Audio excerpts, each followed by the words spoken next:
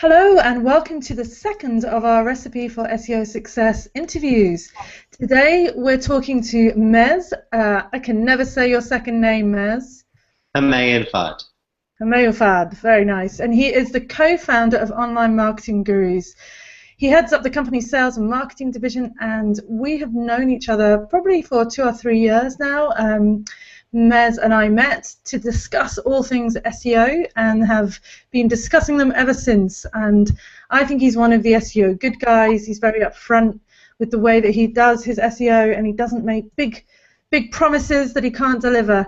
So I asked him to come along today to talk about some of the subjects that we've been discussing in our Facebook group. So hello, Mez. Thanks for joining us. Hi, Kate. Thank you so much for the kind introduction. Yeah, really looking forward to our chat. So I gave you a little short introduction there, but can you tell us a little bit about your background in SEO? Yeah, sure. So, Kate, as we just discussed before, my background is all from small business. So I come from a family of family that's always been involved in small businesses and furniture and what have you. So my exposure to online marketing really started when I was in my late teens, and I sort of, did my marketing degree and hopped around working in a few different places before getting into the consulting space. My first business was an online eBay business, and that was really, the first point that I got, really passionate and wanted to get into the consulting space. And yeah, that's where we started the Online Marketing Gurus with my business partner, Andrew Rasso, and yeah, that was about 2.5 years ago now, and yeah, we haven't looked back since. So you're one of those young entrepreneur types, are you? I'm trying to be. Not so young anymore. No, I'm only joking. I feel like an aged entrepreneur, but there you go.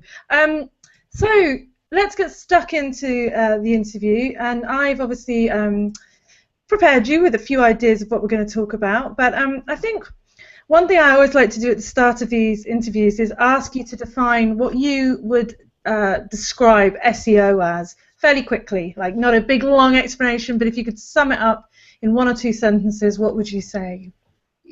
I mean, really, Kate, it's a really good question. If I can sum up SEO, for me personally, and the way we say it to our clients is that really good SEO is about applying the fundamentals of offline marketing in an online environment. So it's about providing the right information at the right time to your clients. It's about making sure that your business is being talked about and building up a brand. And for me, the best SEO campaigns and what SEO is just good marketing. I love that you said that, and we spoke to Perry Bernard last week from Forge in New Zealand, and he said something very similar. And I think what's interesting and good to hear is, you don't mention tech and links and all that geek stuff. You talk about the audience, the customer, and delivering what they want when they want it, which is the basics of all marketing, really.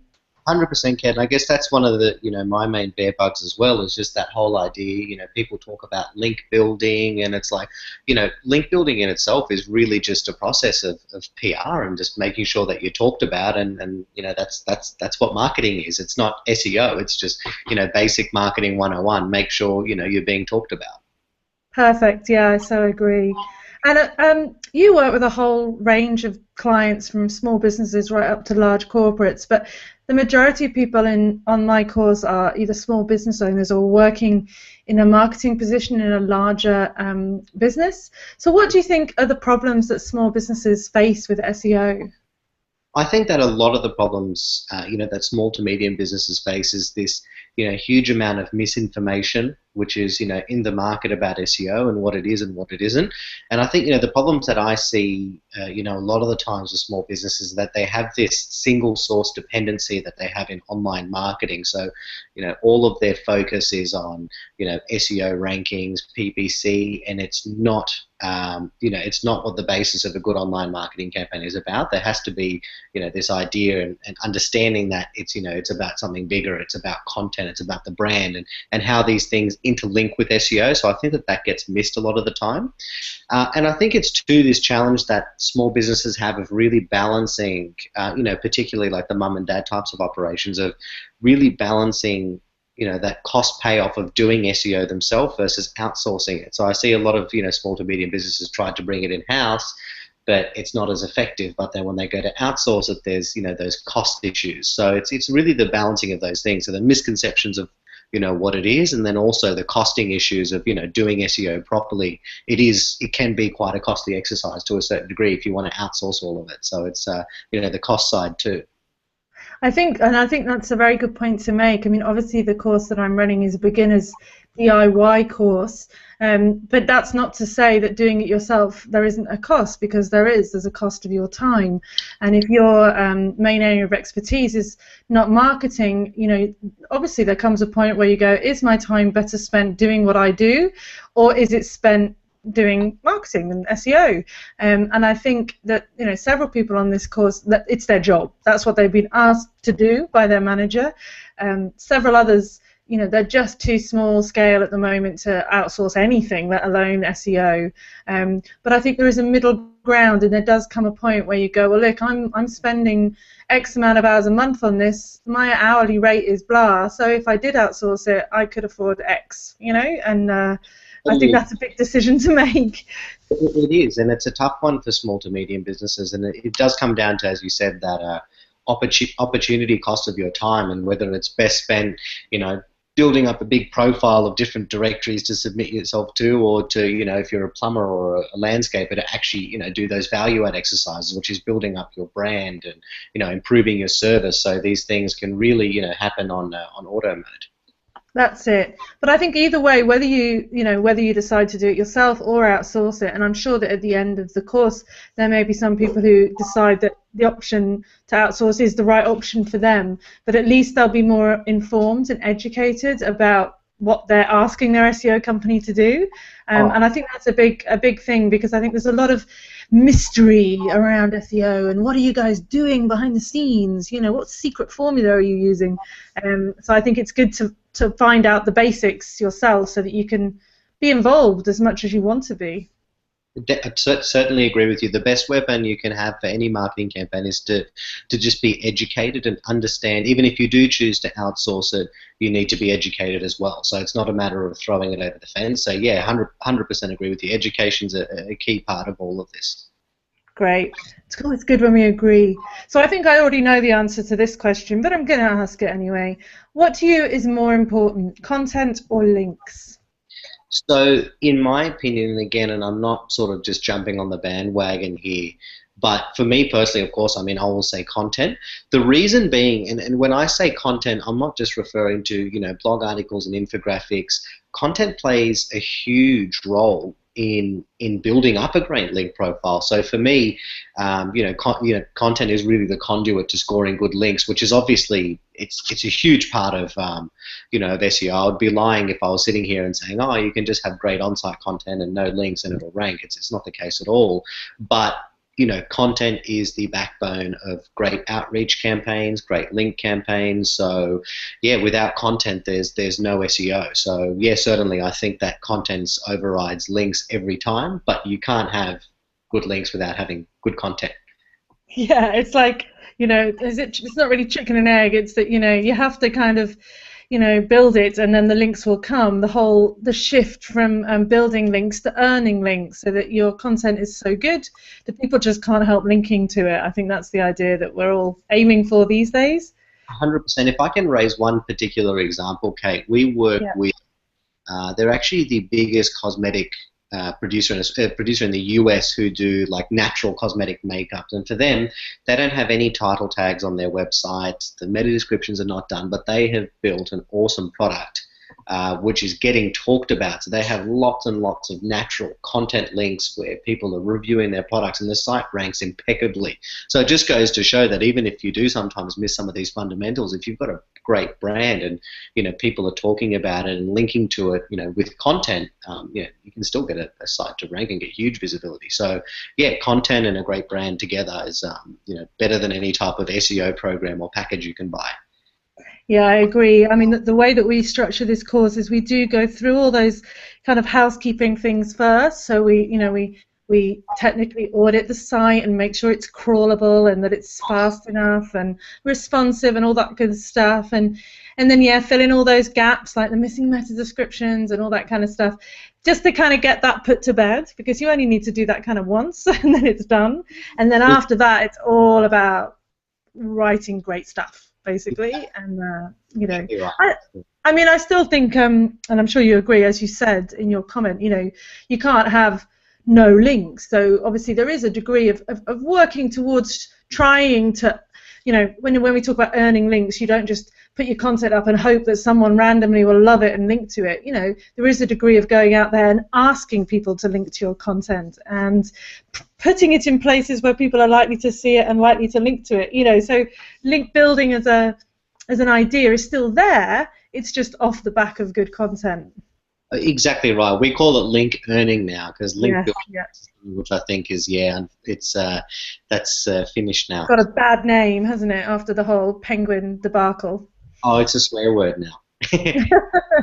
Exactly. And I think, you know, the thing that I've seen in the small businesses that I work with, most of the ones that were hit hard in the last couple of years, it wasn't so much content because they hadn't gone after that side of things, but they had paid for links, you know, in Azerbaijan or wherever, and now they were left with a terrible link profile, and they were actually trying to backtrack and clean all that up before they could kind of drown it out with good stuff, as it were. No, exactly right. Yeah. So talking about tactics which are no longer good, and we've just talked about buying links and building links in a kind of aggressive way. What about guest blogging? I know that people are now a little bit nervous about guest blogging because, you know, again, the misinformation has kind of given us the impression that maybe it's not quite as good as it used to be. I actually go completely against the grain on the general consensus that's there on a lot of the major publications now around guest posting, and there was, as you rightfully said, there was a lot of hoo-ha around it over the last couple of months. In my opinion, guest posting is the single most effective tactic for building up your SEO. Now, when I talk about guest posting, and my idea of guest posting is really building up a succinct plan of who your target market is and where these people are and getting in front of them. And guest posting is the best way to do that. You know, if I've got a business that's in the tech space, I want to be on TechCrunch. I want to be on, you know, all of the major, you know, magazines and publications. Guest blogging or guest posting is a process of PR, and there is absolutely no way that someone can say that that is a bad tactic or bad marketing. It's the opposite. It gets you in front of the right traffic sources. It allows you to build up your brand, your readership, and really build a presence around your business. Now, what Google has been stamping down on is this sort of, manufactured type of guest posting where you go and build guest posts on, private blog networks or sites that have no readership or Web 2.0. So this is where I see that people really mistake what real guest blogging is with this low quality manufactured stuff. By all means, the low quality guest posts or quote unquote guest posts that you see on poor quality sites that have absolutely no relevance, that is certainly dead, and it's a very bad tactic. And in fact, Google is now getting much smarter at picking up this type of deceptive stuff, but that's not, those types of low quality Web 2.0 PBNs, that's not real guest posting. That's just search engine manipulation. So yeah, I still love guest posting. I still advise it to all of our clients. We win a lot of business for ourselves through guest posting. We won a national swimwear brand from a guest post that we did on SEO. So yeah, I love guest posting, but only if it's done properly and with the right amount of integrity behind it. I think that's honestly, if I could have all that written on a T-shirt, I would have it printed immediately. I couldn't agree with you more, and I think that misconception of what guest posting actually is the problem. And as you've said, if you're doing it because you want to build your brand and get yourself in front of your audience, that's great. If you're doing it just to earn another little link, just for the sake of SEO, and it's just not a great piece of content, then you don't do it. And I often actually save my very, very best content for other people's websites. Those are the things that I really put my heart and soul into because it's a new audience. And while my existing audience might forgive me a little more on my own site. My new audience, you know, that's my first impression. So I'm so glad you said all of that.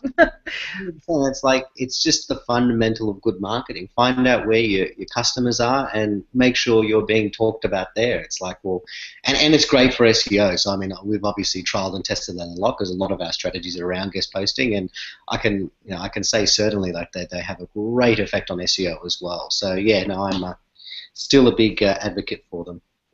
And just to cover off a little bit more on that point, I think again people think of guest posting as simply putting posts on other people's sites or a written editorial post. But it doesn't necessarily just have to be that. For example, I just recorded podcasts with Melanie Miller, and you know, I do regular talks with Flying Solo and record videos for things. It doesn't necessarily just to be editorial. And for example, Mez has done this interview for us, and he therefore gets his backlink, but he also gets his brand out there. And any of you who after the course think, hey, I want a good SEO company, well then now you know one. So it's not just the SEO, and it's not just editorials. It can be any kind of content that's just on another site, essentially. Absolutely agree with you. Great. Now here's a big sticky one, and I guess there's a lot of misinformation on this one, and also, you know, some rather well-respected people saying different things. So one of the guys that we talk a little bit about on this course is Neil Patel from QuickSprout. I think he's got a really good way of explaining marketing in general and SEO, and he's written a couple of posts saying, you know, that social media does have a big impact on SEO. What's your thought? Are you in the causation and correlation camp, or are you in the direct impact camp? I mean, I'm from the camp of really the idea that you have to be a marketer first before being an SEO person. Social media, so I've got to really be careful when I say this. Social media does not have a direct ranking correlation to what you see that comes out of the search engine. So just because you have 1,000 likes and your competitor has 10,000 does not mean that they will outrank you just yet. My opinion is that within the next 18 months will be built directly into the algorithm, but that's just my perspective on it. But social media marketing effectively allows you to do a lot of the ancillary things that are important to SEO. So, for instance, you just raised a point before about producing great content and the different types of content. So, social gives you a platform to which you can amplify your content out, how you can gain shares and likes and earn natural links back to the site. So it's not a direct one-to-one type of relationship just yet, but it is certainly getting very, very close to that. And again, I think if everybody sort of took a step back from it and really viewed this from a marketing mind rather than a technical algorithmic one-to-one type of relationship, you would get a lot better results out of SEO. So yes, certainly social media does help SEO. It helps you amplify your content. It helps you earn natural links back to your content to get shared. It helps you build a brand, and these are the things that will effectively directly correlate to your rankings. Yeah, again, we are in agreement. I think the only, for example, I do a lot of Facebook posting, to be honest, a lot of which isn't anything to do with my business. It's pictures of my dog and stuff like that. But that's all building a brand, and it's making people remember who I am, so that next time somebody says, I need a copywriter, well then great, they're gonna remember me. And several of the people on the course have come to me through social media. So it kind of it has an impact on my marketing and on my bottom line, but not necessarily on my ranking. But as you said, the content that I share there then gets shared on and on and on and on. So therefore, I am earning links as well. So it's all good.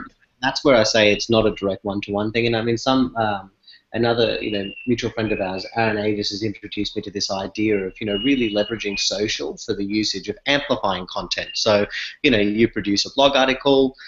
You put all of the sharing tags on that, or an infographic, and when you promote that content on different channels, there's a high likelihood that content's going to get picked up and shared again, and you do earn backlinks. So yeah, there is, I would say, maybe a second tier relation between social and SEO. It's not one-to-one yet, but if I can just preface this, my honest belief is that I would fall off my chair if in 18 months likes, tweets, pins, all of these things did not have a direct correlation to ranking. Yeah, I mean, and I think, can I just ask before I go on, is someone whistling in the background, or is it just a strange whistling noise? No, there's no back. Ah, okay. It sounds like you have a mysterious whistler from this end, but it must just be the mic.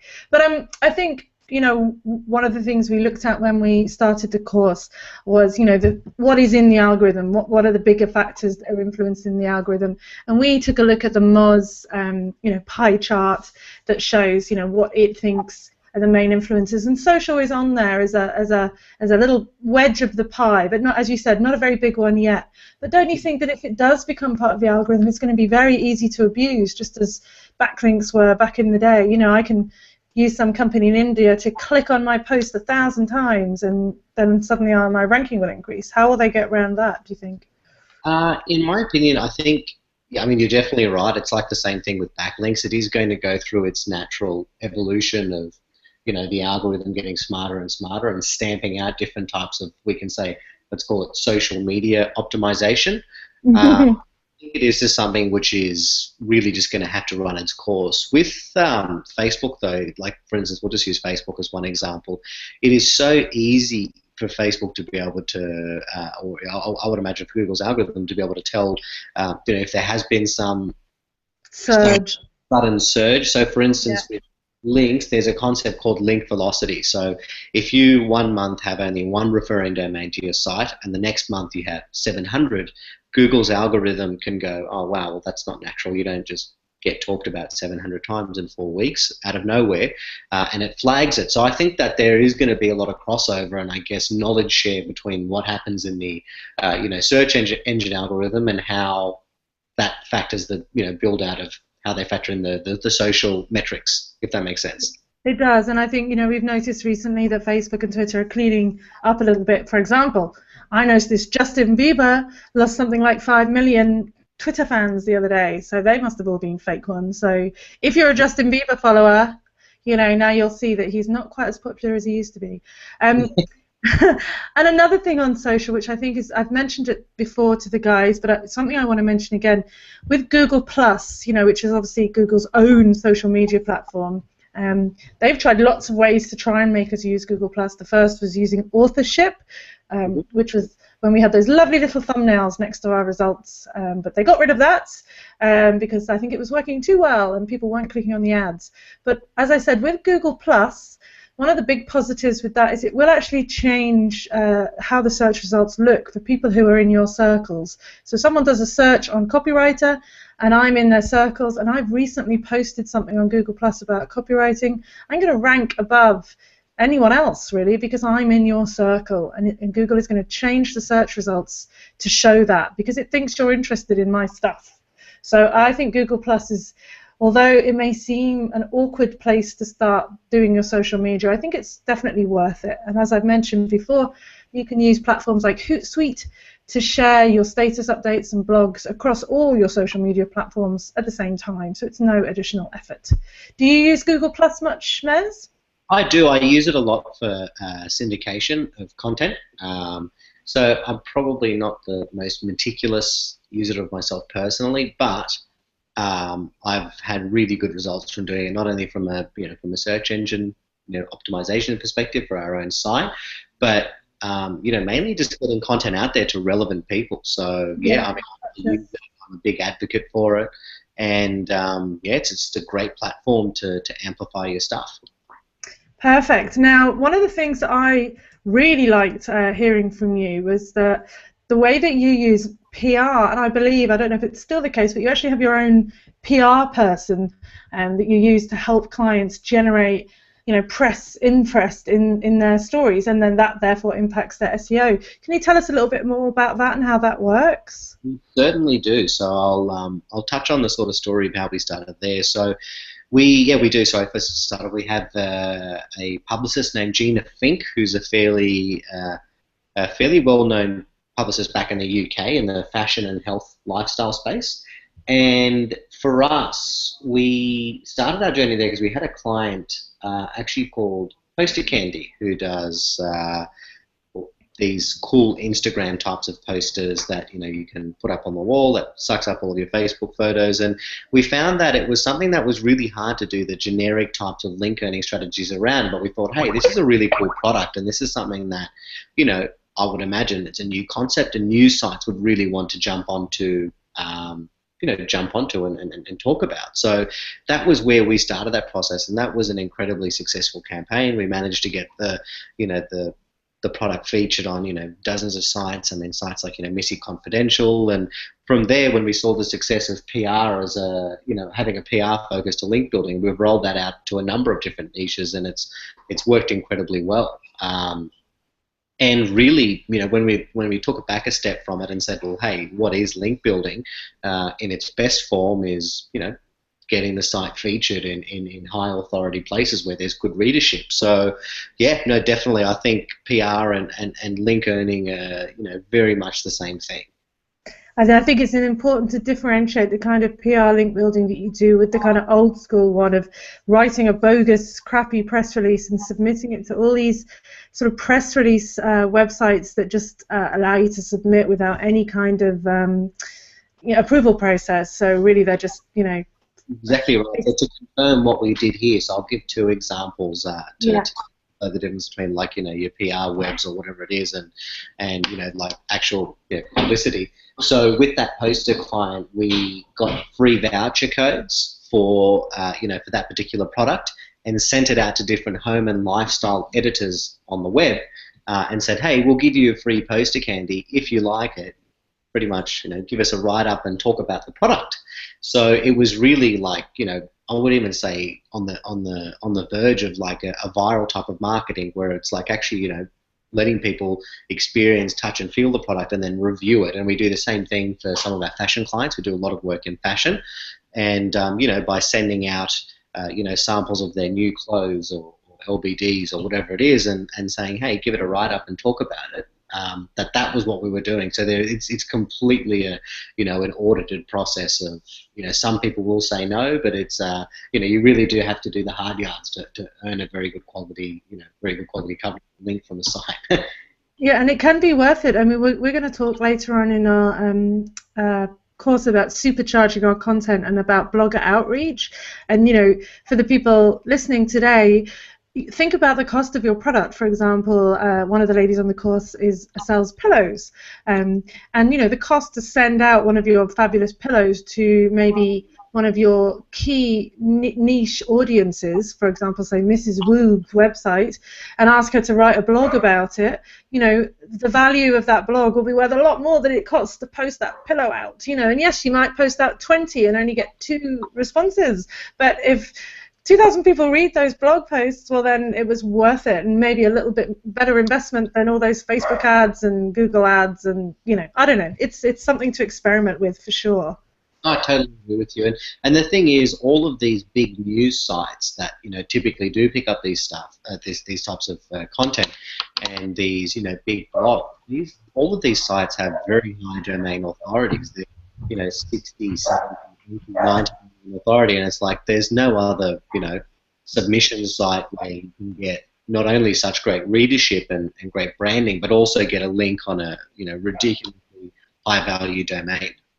Well, that's it, and we're going to be talking about domain authority this week, and obviously this is something I'm going to explain to everybody that getting a link from a site with a high domain authority is worth a lot more than one from a low domain authority. So if you manage to get a link from Sydney Morning Herald, it's worth a lot more than from your mum's blog at the end of the day, as far as Google's concerned. So yeah, I think that's really interesting. Sorry about my crazy dog in the background. That's one of the challenges of working from home, so I do apologize for that.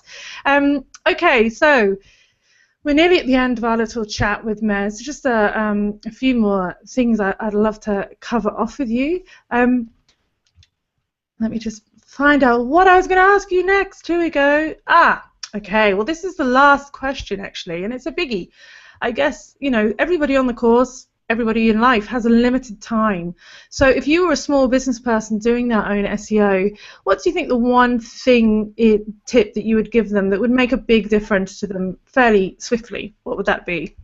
as cliche as this sounds, I mean, education is always going to be the greatest weapon in your, uh, you know, in your Arsenal.